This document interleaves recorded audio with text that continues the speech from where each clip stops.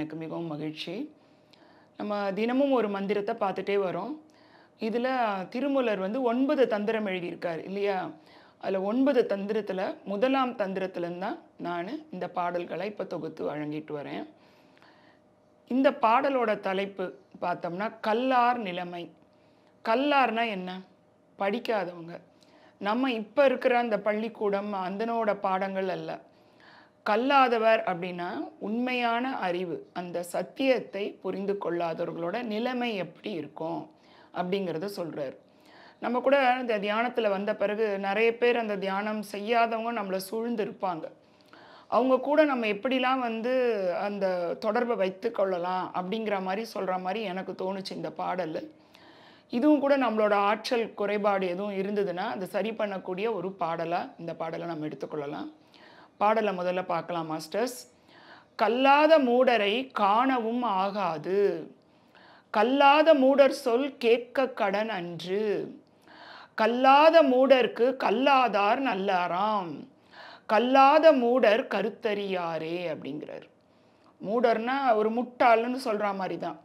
சில சமயங்களில் மட்டும்தான் இந்த மகான்கள் எல்லாம் அவங்களோட ஆதங்கத்தை கொஞ்சம் ஒரு ஃபோர்ஸாக ஆவேசமாக சொல்லும் போது இந்த வார்த்தைகளை உபயோகிக்கிறாங்க. எப்போ இந்த பாடல் ஒரு வேளை தோன்றி இருக்கலாம்? நம்ம எவ்வளவு சொன்னாலும் அவங்களுக்கு அது புரியாமல் அவங்களோட அந்த வாழ்க்கைன்றது தான் மாயையை தெரிஞ்சிக்காம அதிலே சிக்கி ஒழுண்டுட்டு இருந்தாங்கன்னா அவங்கள பார்க்கும்போது ஒரு வேளை இந்த பாடல் உருவாகலாம். நம்ம இதில் விகிதாச்சாரப்படி பார்த்தா தியானிகளாக இருக்கிறவங்களுக்கும் தியானம் செய்யாதவர்களுக்கும் எவ்வளவோ வித்தியாசம் இருக்குது நமக்கே தெரியும். அவங்க தான் அதிகமாக இருக்காங்க, செய்யாதவங்க. செய்கிறவங்க குறைவாக தான் இருக்காங்க. ஆனால் அவங்களோட அந்த பலத்தினால, அதாவது நம்ம சொல்லுவோம் இல்லையா, நல்லார் ஒருவர் உளரையில் அவர் பொருட்டு எல்லோருக்கும் பெய்யுமாம் மழைன்னு. அந்த மாதிரி அந்த ஒரு ஆள் 2 ஆள் இருந்தால் கூட இந்த உலகம் தன்னை தாங்கி கொண்டு இருக்குது. ஆனால் அந்த கல்லாத மூடர்கள், அதாவது அப்படிப்பட்ட அந்த ஞானத்தை பெறக்கூடிய ஒரு ஆர்வமே இல்லாதவங்க கிட்ட நம்ம எப்படி நம்மளை கொஞ்சம் பாதுகாத்துக்கணும் இல்லையா? அந்த இதை நம்ம எப்படி இருக்கலாம் அப்படிங்கிறது தான் இந்த பாடலாக இருக்குது. இதையும் கூட தெரிஞ்சு வச்சுக்கிறது நல்லது தான்.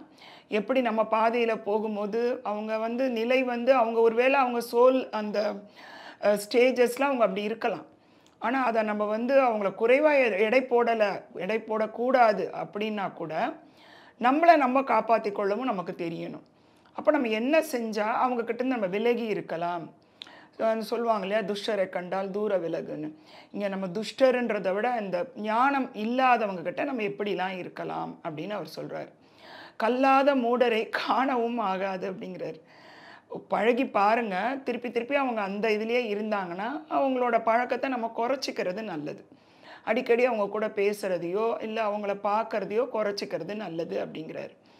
கல்லாத மூடர் சொல் கேட்க கடன் அன்று, அதை நம்ம கேட்கறது கூட சரியில்லை அப்படிங்கிறார். ஏன்னா அது வெறும் வீண் பேச்சும் வதந்திகளும் தேவையில்லாததான் இருக்கும். அது கூட நம்மளோட ஆற்றல் இழப்புக்கு காரணமாக இருக்கும்.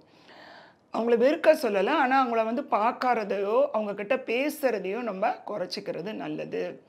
கல்லாத மூடருக்கு கல்லாதார் நல்லாராம் அப்படின்னா இனத்தோடு தான் சேரும்.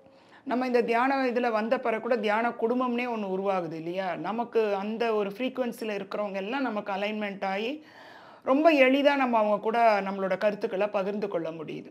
அதே போல் இந்த ஞானம் பெறாதவங்களும் அவங்க அந்த பெறாதவங்க கூட தான் அவங்க நல்லவங்களாக அவங்களோட இனமாக அவங்க சேர்ந்து வாழ்வாங்க. அதனால் அவங்களோட சேர்ந்து அதை வாழலாம். ஆனால் அந்த கருத்துக்கள் நம்மளோட இயைந்து இருக்காததுனால அவங்களோட அந்த கருத்துக்கள் மூலம் நம்மளால் ஒன்றிணைந்து வாழ முடியாது அப்படிங்கிறது. அது கல்லாத மூடர் கருத்தறியாரே அப்படிங்கிறார். அதான் கடைசியாக சொல்லிட்டார். அவங்களுக்கு எவ்வளோ சொன்னாலும் அவங்களுக்கு புரியலை அப்படின்னா விலகிறது நல்லது.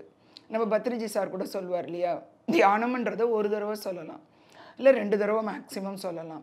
அதுக்கப்புறமா அவங்க வரலைன்னா அது அவங்களோட பாடு. அதுக்கப்புறம் நம்ம அவங்கக்கிட்டேருந்து கொஞ்சம் விளக்கத்தோட இருக்கிறது நல்லது.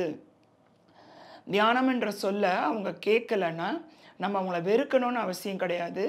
ஆனால் அவங்கக்கிட்டேருந்து நம்ம அதுக்கு மேலே அவங்களுக்கு புரியலை அப்படிங்கிற எண்ணத்தோட விலகிடலாம். நோ இன்டர்ஃபரன்ஸ் தான். அந்த கருத்து அவங்களுக்கு புரியல அப்படிங்கிறது அது அவங்களோட நிலை அப்படிங்கிறதுல நம்ம அவங்க விலகி இருக்கிறது நல்லது. இப்போ மீண்டும் ஒரு தடவை அந்த பாடலை பார்க்கலாம். கல்லாத மூடரை காணவும் ஆகாது, கல்லாத மூடர் சொல் கேட்க கடனன்று, கல்லாத மூடருக்கு கல்லாதார் நல்லாராம், கல்லாத மூடர் கருத்தறியாரே அப்படிங்கிற இந்த பாடலை இன்றைக்கு உங்களோட பகிர்ந்து கொள்ள வாய்ப்பளித்த PMC சேனலுக்கு நன்றி மாஸ்டர்ஸ்.